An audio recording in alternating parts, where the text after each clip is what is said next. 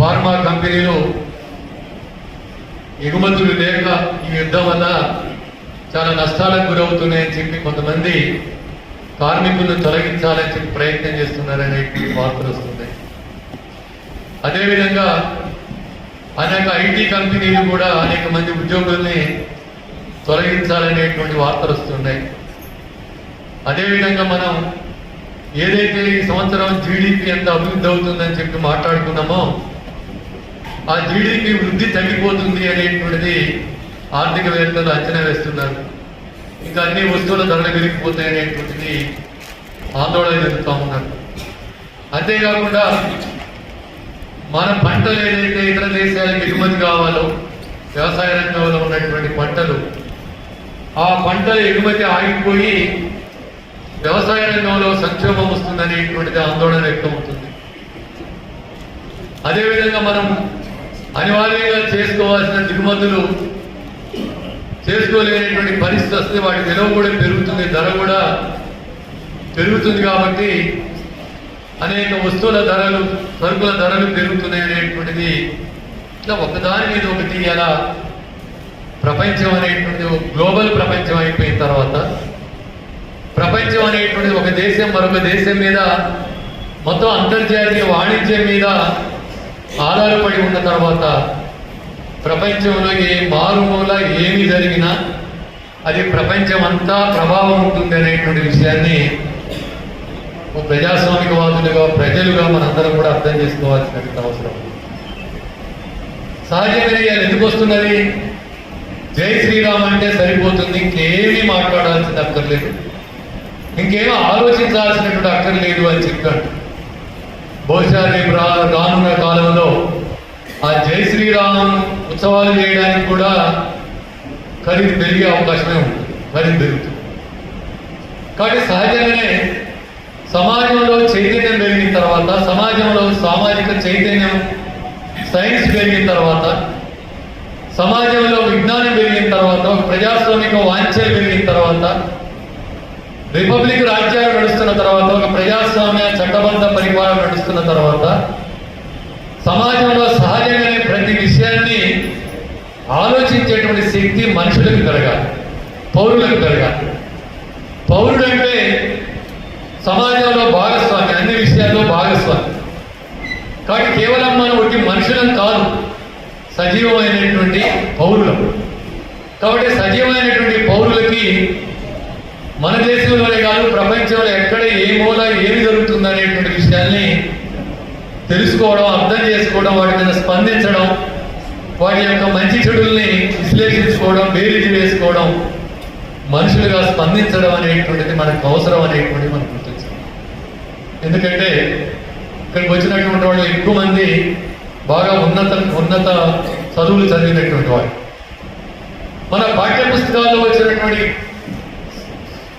Political science కానీ, లేకపోతే science కానీ, మ్యాథమెటిక్స్ కానీ, ఫిజిక్స్ కానీ, కెమిస్ట్రీ కానీ, అదే లా పుస్తకాలు కానీ, లా అమెండ్మెంట్స్ కానీ, మొత్తం ఏ ఒక్కటైనా కూడా ప్రపంచంతో సంబంధం లేకుండా, ప్రపంచంలో యొక్క వాటి యొక్క ఆవిష్కరణలతోని మనకేం సంబంధం లేదనుకుంటా లేదు. అన్నీ ప్రపంచంలో నుంచి అన్ని కాసి వడపోసి అనుకూలమైనటువంటి మనిషి తన సొంతం చేసుకున్నాడు.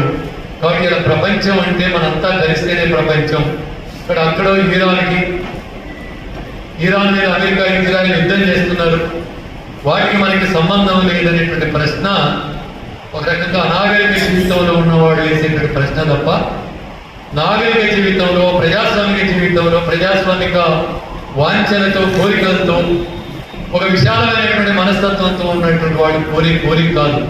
ఇలా ముఖ్యంగా బీజేపీ లాంటి ఛాందస వాదాన్ని ఎక్కించుకున్నటువంటి వాడు, అదేవిధంగా కేవలం ఉన్మాదమే వృత్తిగా, ఉన్మాదమే విధానంగా మార్చుకునేటువంటి వాళ్ళు ఇలా మనుషుల్ని కేవలం మరుగుజ్జులుగా మార్చేటువంటి ధోరణుల నుంచే ఇలా మన చైతన్యాన్ని మొద్దుబారుస్తూ ప్రతి విషయం మనకి ఎందుకు లేని చెప్పి అనుకునేటువంటి ధోరణిని కలిగిస్తున్నారు. కాబట్టి మనం ఇక్కడ ఖమ్మంలో పౌర సమాజంలో ఉన్నటువంటి వాళ్ళుగా మనం ప్రతి దాని మీద స్పందించడం అనేటువంటిది మన లక్షణంగా, గుణంగా ఉండాలనేటువంటిది ముందుగా నేను కోరుతాం.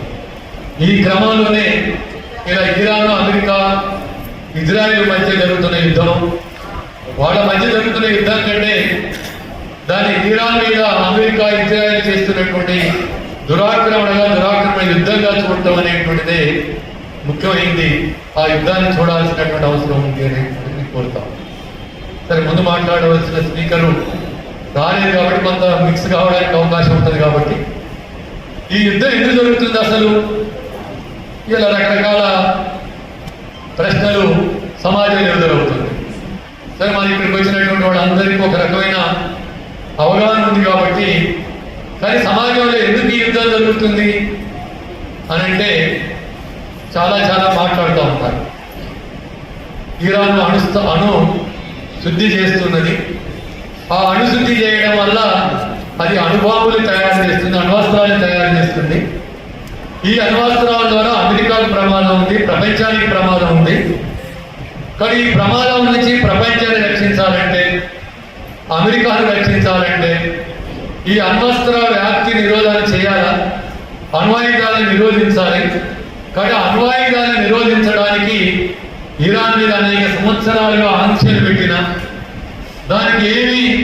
దానితో ఏమి వాణిజ్య వ్యాపారాలు చేయకుండా నిషేధించిన, అది ఇంకా అణ్వస్త్రాన్ని తయారు చేస్తూనే ఉంది, అణ్వాయుధాన్ని తయారు చేసుకుంటూనే ఉన్నది. కాబట్టి ఆ అణ్వాయుధాన్ని నిషేధించడానికి, నిర్మూలించడానికే నేను యుద్ధం చేస్తున్నానని చెప్పి అమెరికా. అంతేకాకుండా ఇరాను చాలా మతశాంతసవాదమైనటువంటి దేశం, చాలా నిరంకుశమైనటువంటి రాచరికంలో ఉన్నది. అది చాలా నిరంకుశ ప్రభుత్వం. అది అనేక మందిని చంపుతుంది. అక్కడ ప్రజాస్వామ్యం లేదు. పౌరుల ఆందోళనల్ని కూడా అంగీకరించట్లేదు. కాబట్టి పౌరులు ఆ రిజైమ్ని, అంటే ఆ పరిపాలనని మార్చాలని చెప్పి కోరుకుంటున్నారు. ఆ ప్రభుత్వాన్ని పోవాలని కోరుకుంటే వాళ్ళని సామూహికంగా ఇరాన్ హత్య చేస్తూ ఉంది. ఖొమేని ఆయన సుప్రీం లీడర్, ఆయనకి ఎన్నిక లేదు. కాబట్టి ఆయన సామూహికంగా హత్య చేస్తూ ఉన్నాడు. అక్కడున్న మహిళలంతా హిజాబ్ ధరించడం అనేటువంటిది సరికాదు అనేటువంటిది అంటే దాని మీద ఆందోళన వ్యక్తం చేస్తే ఆ మహిళా చైతన్యాన్ని అణిచివేశాడు. అదేవిధంగా ఇంకా అనేక ప్రజాస్వామిక హక్కుల కోసము చేసేటువంటి పోరాటాలు కూడా అణిచేశాడు. కానీ ఇరాన్లో ప్రజాస్వామ్యం లేదు, పౌర స్వేచ్ఛ లేదు, ప్రజలు వాళ్ళ హక్కును అడిగేటువంటి స్వేచ్ఛ లేదు, సరైనటువంటి ఎన్నికల విధానం కూడా లేదు. కాబట్టి ఇరాన్లో ప్రభుత్వాన్ని మార్చడానికి, ఓ ప్రజాస్వామ్యాన్ని స్థాపించడానికి, ప్రజాస్వామ్యాన్ని నెలకొల్పడానికి నేను కోరుకుంటున్నా. అందుకోసమే ఇరాన్కి బుద్ధి చెప్పడానికి వాళ్ళకి పిలుపునిచ్చిన, వాళ్ళ మీద హత్య చేస్తే, వాళ్ళ మీద నిషేధం విధిస్తే, వాళ్ళ మీద నిర్బంధాన్ని విధిస్తే నేను అంగీకరించని సంగతి చూస్తా అని చెప్పిన ఆయన వేలాది మందిని జైల్లో పెట్టారు, చంపారు, మరణశిక్షలు వేశారు. కాబట్టి నేను జోక్యం చేసుకుని దాన్ని బాంబులు వేసి అక్కడ ప్రజాస్వామ్యాన్ని పునరుద్ధరించడానికి లేదా ప్రజాస్వామ్యాన్ని తీసుకురావడానికి నేను ప్రయత్నం చేస్తున్నా. ఈ ప్రజాస్వామ్యాన్ని కోసం చేస్తున్నటువంటి కృషి అని చెప్పి అమెరికా చెప్పింది. అట్లాగే అమెరికాకి పెప్పుడు కుక్కగా ఉన్నటువంటి ఒక కుక్కే కాదు, పిచ్చి కుక్కగా ఉన్నటువంటి ఇజ్రాయెల్ అదేం చెప్తున్నదంటే, ఇరాన్ అనేది తమ దేశంలో నిరంకుశత్వంగా వ్యవహరించడమే కాకుండా, ప్రపంచానికి ప్రమాదంగా ఉండడమే కాకుండా, పక్కననే ఉన్నటువంటి లెబనాన్ దేశంలో ఇజ్రాయెల్కి ఆనుకున్న దేశం, ఇరాన్కి కూడా దగ్గరగా ఉన్న దేశం. లెబనాన్లో ముజాహిద్దీన్ అనేటువంటి గిరిలాన్ని ఆయుధాలు ఇచ్చి, వాళ్ళకి శిక్షణ ఇచ్చి వాళ్ళని పోషిస్తున్నది, అది వాళ్ళని మెయింటైన్ చేస్తున్నది. అదేవిధంగా గాజా పాలస్తీనాలో హమాస్ అనేటువంటి గెరిల్లాల్ని అదే ఓ సాయుధ శిక్షి సాయుధ శక్తిగా పెంచుతున్నది. అదేవిధంగా యెమెన్లో హూతీ అనేటువంటి వాళ్ళని కూడా ఒక రకమైన సాయుధ ముఠాలుగా పెంచి పోషిస్తున్నది. కానీ వీళ్ళ వల్ల ఇజ్రాయెల్కి ప్రమాదం ఉంది, ఇజ్రాయెల్ మధ్య ఆసియాకి ప్రమాదం ఉంది, అనేక అరబ్ దేశాలకు ప్రమాదం ఉంది. వాళ్ళు ఆయిల్ వనరుల్ని స్వేచ్ఛగా ప్రయాణం చేయకుండా అడ్డుకుంటున్నారు. కానీ వాళ్ళకి బుద్ధి చెప్పడం కోసమే ఇజ్రాయెల్ అనేటువంటిది నేను కలిసి నిర్ణయం తీసుకున్నాం. యుద్ధం చేస్తే 8 సంవత్సరాలు వారించినా హెచ్చరించినా ఇరాన్ మాట వింటలేదు కాబట్టి ఈ యుద్ధం చేస్తున్నానని చెప్పి అమెరికాను ఇజ్రాయెల్ చెప్పాడు. ఈ యుద్ధం చేయడానికి రెండో ప్రపంచ యుద్ధం తర్వాత 45 తర్వాత ప్రపంచంలో ఐక్యరాజ్య సమితి అనేటువంటిది ఒకటి ఏర్పడింది. దానిలోనే భద్రతా మండలి అనేటువంటి 15 దేశాలతో భద్రతా మండలి ఉన్నది.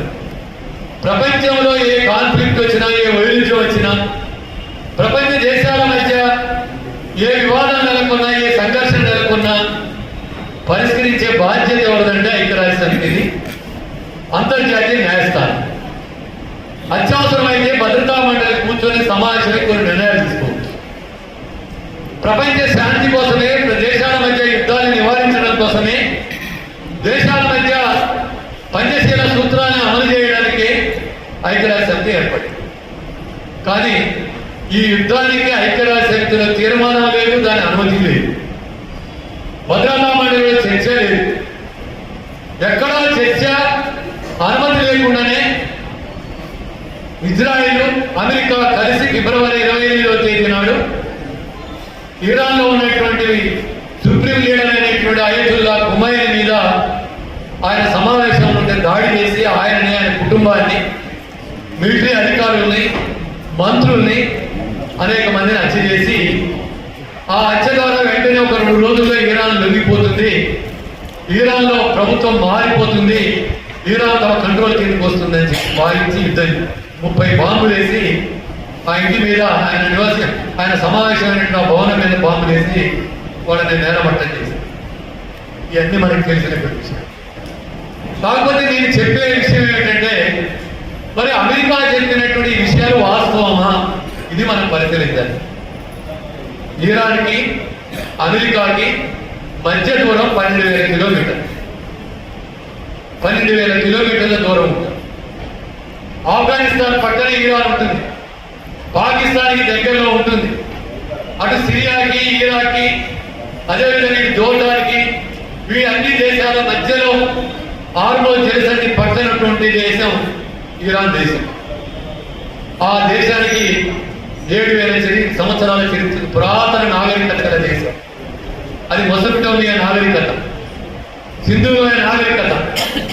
మానవ సమాజంలో నాగరికత విలసిల్లింది మొదట మొసపిటోమియాలో, ఇరాన్లో వాడనే పర్షియన్లు అంటారు. మొదట ఆ దేశాన్ని పర్షియా అనేటువంటి దేశంగా పిలిచేవాడు. ఆ పర్షియా నాగరికత అనేటువంటిది ప్రపంచంలో మొట్టమొదటి నాగరికత. దానికి 7,000 సంవత్సరాలకు పైగా చరిత్ర ఉన్నది. ఆ దేశం నుంచి అనేక మంది శిల్పులు, అనేక మంది శాస్త్రవేత్తలు, అనేక మంది ఇంజనీర్లు, అనేక నాగరికత వైభవాన్ని ప్రపంచానికంతా విస్తరించినటువంటి చరిత్ర ఇరాన్ ఉంది. ఇరాన్ ఇప్పటి జనాభా 9 కోట్ల మంది, 9 కోట్ల జనాభా ఇరాన్. ఆ ఇరాన్కి అమెరికాకు మధ్య ఇంతకుముందు చెప్పినట్టుగా 12,000 కిలోమీటర్ల దూరం. ఐక్యరాజ్య సమితి కింద ఉన్నటువంటి అణ్వస్త్ర పరిశోధన సంస్థ ఇరాన్ వెళ్ళి పరిశోధన చేసి, వాళ్ళ అణుకర్మాగారాన్ని తనిఖీ చేసి, వాళ్ళు శుద్ధి చేసినటువంటి యూరేనియం నిల్వల నుంచి అణుబాంబులు తయారు చేస్తారు. ఆ యూరేనియం 60% మాత్రమే శుద్ధి చేశారు. అవి వాళ్ళ వివిధ అవసరాలకు, శాస్త్ర సాంకేతిక రంగాల అవసరాలకు మాత్రమే వినియోగపడే విధంగా 60% మాత్రమే శుద్ధి చేశారు అనేది ఐక్యరాజ్య సమితి ఆధ్వర్యంలో ఉన్నటువంటి అణు పరిశోధన సంస్థ చేర్చింది. అంతేకాకుండా అమెరికా నిఘా సంస్థలు, అమెరికా ఇంటెలిజెన్స్ సంస్థలన్నీ కూడా పోయి తనిఖీ చేసి అవి కూడా ఒక నివేదిక ఇచ్చాయి. ఇరాన్లో ఉన్నటువంటి యురేనియం నిల్వల్ని 60% మాత్రమే శుద్ధి చేశారు. అవి అణ్వస్త్రాలు తయారు చేయాలంటే, ఇక్కడ మనం గుర్తుంచుకోవాల్సింది ఏంటంటే, అణ్వస్త్రాలు తయారు చేయాలంటే ఏ యురేనియం అయినా 80% శుద్ధి చేయాలి. 80% శుద్ధి చేసిన తర్వాతనే అవి అణ్వస్త్రాలుగా తయారు చేయడానికి ఆ మూలకం పనిచేస్తుంది. కానీ ఇరాన్లో ఉన్నటువంటి యురేనియం నిల్వలు 60% మించి శుద్ధి చేయలేదు అని నివేదికలు, రాతపూర్వకమైన నివేదికలు ఐక్యరాజ్య సమితికి ఇచ్చినాయి, అమెరికా ఇంటెలిజెన్స్ సంస్థకి ఇచ్చాయి. మరి అయినప్పుడు అది అణ్వస్త్రాలు తయారు చేయగలుగుతుంది అనేటువంటి ఎట్లా అమెరికా చెప్పింది నిజమా అబద్ధమా మనం ఆలోచించాలి. ఎందుకంటే అమెరికా ఏ దేశం మీద దాడి చేయాలన్నా, ఏ దేశం మీద దురాక్రమణ చేయాలన్నా, ఏ దేశాన్ని లోపరుచుకోవాలన్నా ప్రపంచంలో అత్యంత దుర్మార్గమైన అబద్ధాలు ఆడే దేశం ఏంటంటే అమెరికా దేశం. అది ఇలా ట్రంప్ ఉండొచ్చు, నేను ఇంకా బైడెన్ ఉండొచ్చు, అంతకుముందు బుష్ ఉండొచ్చు, చిన్న బుష్ ఉండొచ్చు, పెద్ద బుష్ ఉండొచ్చు ఎవరైనా. అందుకనే ఆ యురేనియం నిల్వల్ని 80% శుద్ధి చేయలేదు, 60% శుద్ధి చేశారని ఐక్యరాజ్యసమితి నివేదికలు ఘోషిస్తున్నా కూడా ఎందుకు పదే ఇది అణ్వస్త్రాలు తయారు చేస్తుందని చెప్పింది అమెరికా అనేటువంటిది మనం ఆలోచించాలి. అంతేకాకుండా పోయిన జూన్లో 2025 జూన్ నాడు ఒక 12 రోజుల పాటు ఇరాన్ అణుస్థావరాల మీద బాంబులేసింది అమెరికా. గాజాతోటి ఇజ్రాయెల్ మధ్య యుద్ధం జరుగుతున్న టైంలో ఇరాను హమాస్కి సహకరిస్తుందనేటువంటి పేరుతోని ఇరాను అణుస్థావరాల మీద బాంబులేసింది అమెరికా. 12,000 కిలోమీటర్ల దూరం నుంచి విమానాన్ని పంపించి బాంబులేసింది. ఆ బాంబులేసినటువంటి దాంట్లో యురేనియం నిల్వలన్నీ ఆ బూడిలో కూరకపోయినా, మట్టిలో కూరకపోయినా ఈనాటికి ఇప్పటికీ అవి వెలికి తీయలేదు. అవన్నీ బూడిదలోనే, అంటే మట్టి కుప్పల్లోనే ఆ యురేనియం నిల్వలన్నీ ఉన్నాయి. ఆ తర్వాత వాడు వెలికి తీయలేదు, పరిశోధన కూడా చేయలేదు. మరి ఎందుకు ఇంత నగ్నంగా ఉన్న తర్వాత ఎందుకు చేసింది అనేది కూడా ఆలోచన. మూడో అంశం ఏంటంటే 28వ తారీఖు కంటే ముందు, మొన్న 28వ ఫిబ్రవరి 28 కంటే ముందు 26వ తారీఖు నాడు యెమెన్ మధ్యవర్తిత్వంతో అమెరికా ప్రతినిధులు, ఐక్యరాజ్యసమితి ప్రతినిధులు, ఇరాన్ ప్రతినిధులు, ఇజ్రాయెల్ ప్రతినిధుల మధ్య యెమెన్ మధ్యవర్తిత్వంతో చర్చలు జరిగినాయి. ఇరాన్ అణ్వాయుధాలు తయారు చేస్తుంది అనేటువంటి నెపం ఉంటే చర్చ జరిపి అది భవిష్యత్తులో కూడా తయారు చేయము అని చెప్పి ఇరాన్ హామీ ఇచ్చింది. మేము మా రోజువారీ అవసరాల కోసం తప్ప మేము అణ్వస్త్రాలు తయారు చేయడానికి లేదు. మీ ఇంతకుముందే అణు ఒప్పందం మీద కూడా సంతకం పెట్టినాం, అమెరికా దాని నుంచి వైదొలిగింది, మేము అణ్వస్త్రాలు తయారు చేయమని చెప్పి ఆ మధ్యవర్తిత్వం ఉన్నటువంటి యెమెన్ రక్షణ శాఖ మంత్రి ఒక ప్రకటన చేశారు. విదేశాంగ శాఖ మంత్రి ఒక ప్రకటన చేశారు. చర్చలు తుది రూపానికి వచ్చాయి, చర్చలు కుదిరాయి, అందులో అంగీకారానికి వచ్చాము. ఇరాన్ అణ్వాయుధాలు తయారు ముందు కూడా చేయబోము, ఇక ముందు కూడా తయారు చేయబోము అని చెప్పి ఇరాన్ చెప్పింది. ఒప్పందం మీద సంతకాలు పెట్టడానికి సిద్ధమైంది. ఇంకొక 6 రోజుల్లో లేకపోతే 10 రోజుల్లో జెనీవాలో మరొకసారి సమావేశమై ఆ ఒప్పందం మీద సంతకాలు పెట్టి ప్రపంచానికి వెల్లడిస్తామని చెప్పి యెమెన్ విదేశాంగ శాఖ మంత్రి ఎవరైతే మధ్యవర్తిత్వంతో ఉన్నాడో ఆయన కూడా ప్రకటించారు. మరి అయినా అణ్వస్త్రాలు తయారీ ఒప్పందం కుదిరింది, రేపు మాకు ప్రకటించబోతున్నాం అదే అని చెప్పి ఇన్నున్నప్పటికీ కూడా చర్చలు కుదురుతున్నాయన్నప్పుడే ప్రపంచమంతా నిజమే యుద్ధం జరగలేమో అని చెప్పి ప్రశాంతంగా ఉన్న సమయంలో ఆకస్మికంగా 28వ తారీఖు నాడు బాంబులు వేసింది అనేటువంటి చూస్తే అమెరికా కుక్కను చంపే ముందు పిచ్చి కుక్క అనాలనేటువంటిది మనకి తెలుగులో సామెత. కాబట్టి అది ముందే ఇప్పుడు పెట్టగా నివేదికలు ఇస్తున్నటువంటి అమెరికా సంబంధించినటువంటి రక్షణ శాఖ కార్యాలయం అనేటువంటి పెట్టగా ఇచ్చేటువంటి నివేదికల ప్రకారం 2026 జనవరిలోనే ప్లాన్ మొత్తం తయారు చేశారు యుద్ధం చేయడానికి. ఆ ఇరాన్ మీద యుద్ధం చేయడానికి ముందే అన్ని స్కెచ్ అంతా ముందే గీశారు. ఈ మధ్య చర్చలు జరిగిన ఒప్పందం వచ్చింది, ఇదంతా ప్రపంచానికి ఎక్కడ కుదురుద్దు అని చెప్పి, రేపు ఒప్పందం అయి సంతకాలు అయిపోతే ఎక్కడ అవకాశం పోద్దు అని చెప్పి అమెరికా ఇజ్రాయెల్ చేసి 28వ తారీఖు బాంబు వేశారు. కానీ అణ్వస్త్రాలు తయారీ అనేటువంటిది, అది యురేనియం సిద్ధి చేస్తుంది అనేటువంటిది, అది పెద్ద ఎత్తున బాంబులు తయారు చేస్తుంది అనేటువంటిది మంచి అవాస్తవము అబద్ధము అనేటువంటి విషయాన్ని మనం స్పష్టంగా అర్థం చేసుకోవాలి. ఒకటి. రెండోది, అణ్వస్త్రాల ద్వారా అమెరికాకు ప్రమాదకరం ఉంది, అమెరికాకి నష్టం ఉంది అనేటువంటిది ఏదైతే అమెరికా చెబుతున్నదో ఇప్పటి వరకు ప్రపంచం అంతా గుర్తించినటువంటి ఇరాన్ సామర్థ్యం ఎంత అంటే వాళ్ళ క్షిపణులు కేవలం 2000 కిలోమీటర్ల దూరం మాత్రమే ప్రయాణిస్తారు. 2000 కిలోమీటర్లు. వాళ్ళ జీవనం అంతకంటే దూరం ప్రయాణించారు. మరి అమెరికాకి ఇరాన్ మధ్య దూరం 2 సార్లు చెప్పారు, 12,000 కిలోమీటర్లు.